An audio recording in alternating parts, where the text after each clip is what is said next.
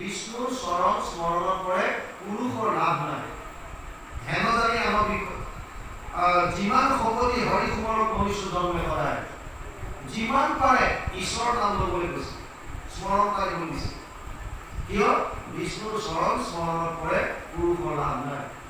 কাৰণ আনন্দ ভিন্ন, আনন্দৰ কথা যিমান ভাবিব, আনন্দৰ কাষ যিমান চাপিব, আপুনিও আনন্দময় হৈ যাব। যাৰ লগত আপুনি থাকে তাৰ প্ৰভাৱটো পৰিবই। সৎসংগ ল'বলৈ দিছে, ভকতৰ সংগ ল'বলৈ দিছে। কিয়? আমি প্ৰাৰ্থনা গাওঁ, কৃপাৰ সাগৰ দেৱকী নন্দন পুৰি মনৰ কাম, ভকতৰ সংগ হৰা নুবুজো মুখে লোৱা গুণনাম। কিয় কওঁ ভকতৰ সংগ ল'বলৈ? কাৰণ ভকতৰ মুখে কৃষ্ণ কথা বাহিৰ হ'ব, আৰু সেই নাম যদি আপুনি শুনে তাৰ প্ৰভাৱ আপোনাৰ ওপৰত আহিব। যাৰ লগত আপুনি থাকে, আপুনি যদি ধনমন্ত্ৰৰ লগত আছে, তেতিয়াহ'লে ধন কেনেকৈ ঘটে তাৰ টেকনিকবিলাক আপুনি লাহে লাহে গম পাব। যদি জ্ঞানমন্ত্ৰৰ লগত আছে, আপুনিও লাহে লাহে তাৰ পৰা জ্ঞানখিনি আহৰণ কৰিব পাৰিব। তেনেকৈ যদি আপুনি ভকতৰ লগত আছে, তেতিয়াহ'লে ভকতৰ পৰা ভক্তি মাৰ্গৰ কথাখিনি আপুনি লাভ কৰিব পাৰিব। আইনষ্টাইনৰ এজন ড্ৰাইভাৰ আছিল। আইনষ্টাইনৰ ড্ৰাইভাৰজনে আইনষ্টাইনৰ লগত থাকোঁতে থাকোঁতে আইনষ্টাইনে যেনেকৈ কথা বতৰা কয়, এই গোটেইখিনি ক'ব পৰা হ'ল। আৰু এদিন ক'লে যে ছাৰ, আপুনি বিজ্ঞানৰ যিমানবিলাক ভাষণ দিয়ে, মই এই জিনিস ক'ব পাৰিম।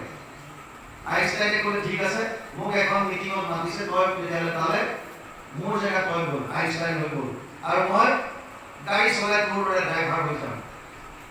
আৰু তেওঁলোকে এইজন চেঞ্জ কৰিলে। আইনষ্টাইনৰ দৰে ড্ৰাইভাৰটোক চুট টাই পিন্ধাই পিছফালে বহুৱালে, আৰু আইনষ্টাইন যিজন বিজ্ঞানী তেওঁ নিজে ড্ৰাইভিং চিটত বহি ড্ৰাইভিং কৰি গ'ল, গাড়ী চলাই গ'ল। কনফাৰেন্সত যোৱাৰ লগে লগে বিজ্ঞানীসকলে এই ড্ৰাইভাৰজনক, আইনষ্টাইন ৰূপী ড্ৰাইভাৰজনক আদৰ সাদৰ কৰি মঞ্চলৈ উঠাই নিলে আৰু ভাষণ দিবলৈ দিলে। 2 ঘণ্টা সময় বিজ্ঞানীসকলৰ ওচৰত, প্ৰায় 200 জনৰ ওচৰত সুন্দৰভাৱে ভাষণ দিলে। কোনেও গম নাপায় আচলতে কোনে দি আছে, গম নাপায়। কিন্তু ড্ৰাইভাৰজনৰ কথা কওঁতে কওঁতে জোচ আহিল, আৰু জোচত ক'লে যে আপোনালোকৰ যদি কিবা প্ৰশ্ন আছে কৰক, প্ৰশ্ন আছে কৰক বুলি কোৱাৰ লগে লগে 200 জন বিজ্ঞানী কোনোবা এজনে এনেকুৱা এটা প্ৰশ্ন কৰিলে যিটো কোনোদিন আইনষ্টাইনৰ মুখত ড্ৰাইভাৰজনে শুনা নাই। কিন্তু তেওঁৰ আইনষ্টাইনৰ লগত থাকোঁতে থাকোঁতে তেওঁৰ বুদ্ধিৰ প্ৰখৰতা ইমান বাঢ়ি গৈছিল, তেওঁ অকণমান বিচলিত নহয় হাঁহি মাৰি পেলাই ক'লে যে ইমান সৰু সুৰা প্ৰশ্ন মোক সুধিছা, এইটো উত্তৰটো ড্ৰাইভাৰটোৱে দিব পাৰিব বুলি আইনষ্টাইনে দেখুৱাই দিলে। এইটো প্ৰশ্নৰ উত্তৰটো ড্ৰাইভাৰটোৱে দিব, এই আহা তুমি দিয়া এইটো শেষ। আপুনি কাৰ লগত আছে, আপোনাৰ দিনটো কাৰ লগত বেছি সময় কটাইছে, তাৰ প্ৰভাৱ আপোনাৰ ওপৰত পৰে। আপোনাৰ চিন্তা চৰ্চা, আপোনাৰ কৰ্মৰাজি, আপোনাৰ বাণী, আপুনি কাৰ লগত দিনটো বেছিভাগ সময় কটাইছে। সেইকাৰণে বাৰে বাৰে ভকতৰ সংগ ল'বলৈ কৈছে, সৎসংগ ল'বলৈ কৈছে। কাৰ লগত আছে আপুনি? ইয়াত কৈছে বিষ্ণুৰ চৰণ স্মৰণ কৰে পুৰুষৰ লাভ নাই। বিষ্ণু হৈছে পৰমানন্দ, প্ৰেমানন্দ, সচিদানন্দ, সদানন্দ, চিদানন্দ, আনন্দ স্বৰূপ। তেওঁ যিমান তেওঁক স্মৰণ কৰিব সিমান আপুনি আনন্দময় হ'ব। আপোনাৰ হৃদয়ত আনন্দ বাঢ়ি যাব। বাহ্যিক শক্তিবিলাকে আপোনাক একো কৰিব নোৱাৰে। যেনেকুৱা সংঘাত নহওক কিয় আপোনাৰ হৃদয় আনন্দময় হৈ থাকিব, কাৰণ আপুনি ভগৱান আনন্দক এনি টাইম চিন্তা কৰিছে। সেইকাৰণে দেখিছে প্ৰহ্লাদে কৈছে দৈত্যকীক, বিষ্ণুৰ চৰণ স্মৰণ কৰে পুৰুষৰ লাভ নাই, যিমান শকতি হৰি কুমাৰক মনুষ্য জন্মে সদায়। যিমান পাৰা স্মৰণ কৰা, যিমান পাৰা। অৰ্জুনে মনটো যেতিয়া কণ্ট্ৰল কৰাৰ কথা ক'লে, অৰ্জুনে কৈছে চঞ্চলম হি মন কৃষ্ণ প্ৰমাধি বলবদ্ধিনম তৈষাহম নিগ্ৰহম ময়ে বায়ু বস্তু দুষ্কৰম। 8 অধ্যায় 34 নম্বৰ শ্লোকিতা। মোৰ মনটো ইমান চঞ্চল যে মই যদি বায়ুকো প্ৰতিৰোধ কৰিব পাৰোঁ, মনক কণ্ট্ৰল কৰিব নোৱাৰোঁ। ভগৱানে পিছত গৈ কৈছেগৈ অথচিত্তম সমাধাতুম ন শক্নোসি ময়ি স্থিৰম অভ্যাস যোগেন ততো মাম ইচ্ছাতুম ধনঞ্জয়। 10 অধ্যায় 9 নম্বৰ শ্লোকিতা ভক্তিযোগ। হে অৰ্জুন, যদি তই মনটো মোক দিব পৰা নাই, ভগৱানৰ চৰণত যদি ল'ব পৰা নাই, তেতিয়াহ'লে অভ্যাস যোগৰ দ্বাৰা মোক পাবলৈ ইচ্ছা কৰ। অভ্যাস যোগ মানে শ্ৰৱণ কীৰ্তন। সেইকাৰণে গুৰুজনাই আমাক কি ক'লে, যদ্যপি ভগৱতী নৱবিধ মাধৱৰ শ্ৰৱণ কীৰ্তন অহংক শ্ৰেষ্ঠ। প্ৰহ্লাদে নৱবিধ ভক্তিৰ কথাই কৈছিল।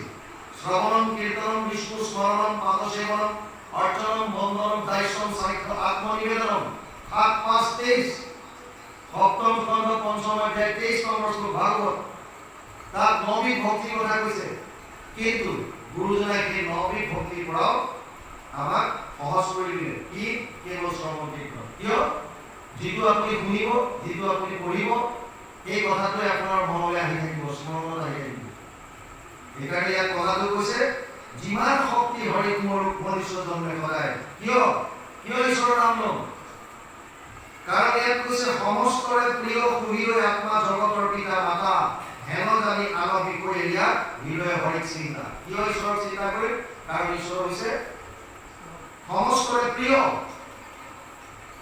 সকলোৰে প্ৰিয় ভগৱান সকলোৰে মৰমৰ আৰু লগতে সুহৃদয় আত্মা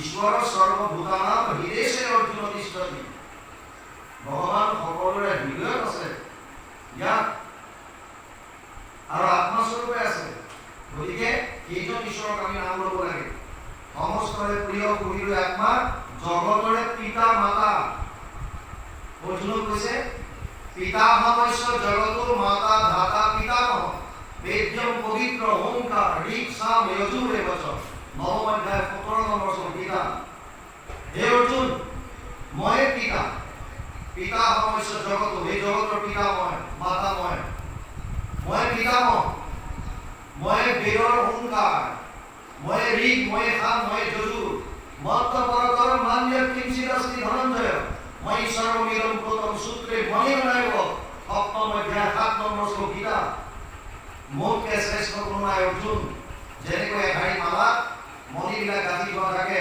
তেনেকৈ সমস্ত জীৱ এক মোৰ লগত তেনেকৈ গাঁঠি থোৱা আছে গতিকে সেইকাৰণে আমি সব বাদ দি পেলাই ঈশ্বৰৰ নাম ল'ব লাগে কিহৰ কাৰণে সমস্তৰে প্ৰিয় সুহৃদয় আত্মা জগতৰ পিতা মাতা হেন জানি আন বিষয় এৰিয়া হৃদয় হৰিক চিন্তা আন বিষয় মানে ৰূপ ৰস গন্ধ স্পৰ্শ শব্দ সংসাৰৰ কথা চিন্তা নকৰি এই বিষয়সমূহ ঈশ্বৰমুখী কৰিব ঈশ্বৰৰ ৰূপ দৰ্শন পাবৰ কাৰণে ঈশ্বৰৰ কথা শ্ৰৱণ কৰিবৰ কাৰণে ঈশ্বৰক পাবলৈ কামনা সব বস্তু খালি ঈশ্বৰমুখী কৰিব আমাৰ ভিতৰত আত্মা পৰমাত্মাৰ যিটো স্থান এনেকৈ আছে বুলি কয় এনেকে আত্মাটোৱে 5টা জ্ঞানেন্দ্ৰিয়ৰ দ্বাৰা সংসাৰৰ ফাললৈ মুখ কৰি থাকে আৰু পৰমাত্মাই পিছফালে মাজে মাজে টোপৰ মাৰি থাকে মোৰ ফালে এবাৰ ঘূৰি দে এবাৰ মোৰ ফালে চা আৰু আমাৰ খবৰ নাই আমি কেৱল সংসাৰত আছো কিয় আমি ভাবো যে ধন টকা পইচা পুত্ৰ পৰিবাৰ